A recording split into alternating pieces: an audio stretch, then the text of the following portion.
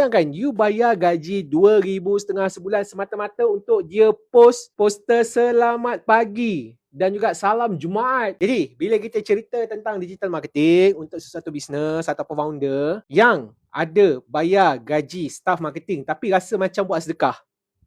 Tengok staff marketing tengah sibuk buat edit Canva, buat poster dan sebagainya kan. And then you tanya, awak buat poster apa tu? Lepas tu dia punya staff jawab apa? Saya tengah buat poster selamat pagi bos, nak post dekat Facebook. You bayangkan, you bayar gaji 2,500 sebulan semata-mata untuk dia post poster selamat pagi dan juga salam Jumaat. Post tu dapat 2 like. Dapat 2 like, lepas tu yang like pun staff sendiri. Rasa macam kau bayar gaji buta je lah kan. Tapi kita tak bolehlah salahkan dia sebab you as owner ataupun business owner, you tak bagi direction yang betul, you tak bagi tahu apa benda yang dia sepatutnya buat. Jadi masalahnya bukanlah staff yang buat marketing tadi tu malas ataupun bodoh ataupun tak kerti bahasa ataupun tak tahu nak buat kerja. Masalahnya strategi kita yang kita buat tu hancur sangat. Kita tak bagi tahu dia orang direction apa yang nak kena buat. So end up bila dia orang buat kerja dan sebagainya, public buat poster, buat video sebagainya, tak ada impact lah.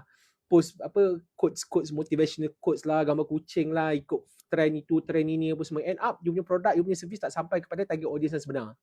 Buang masa, buang effort, buang resources.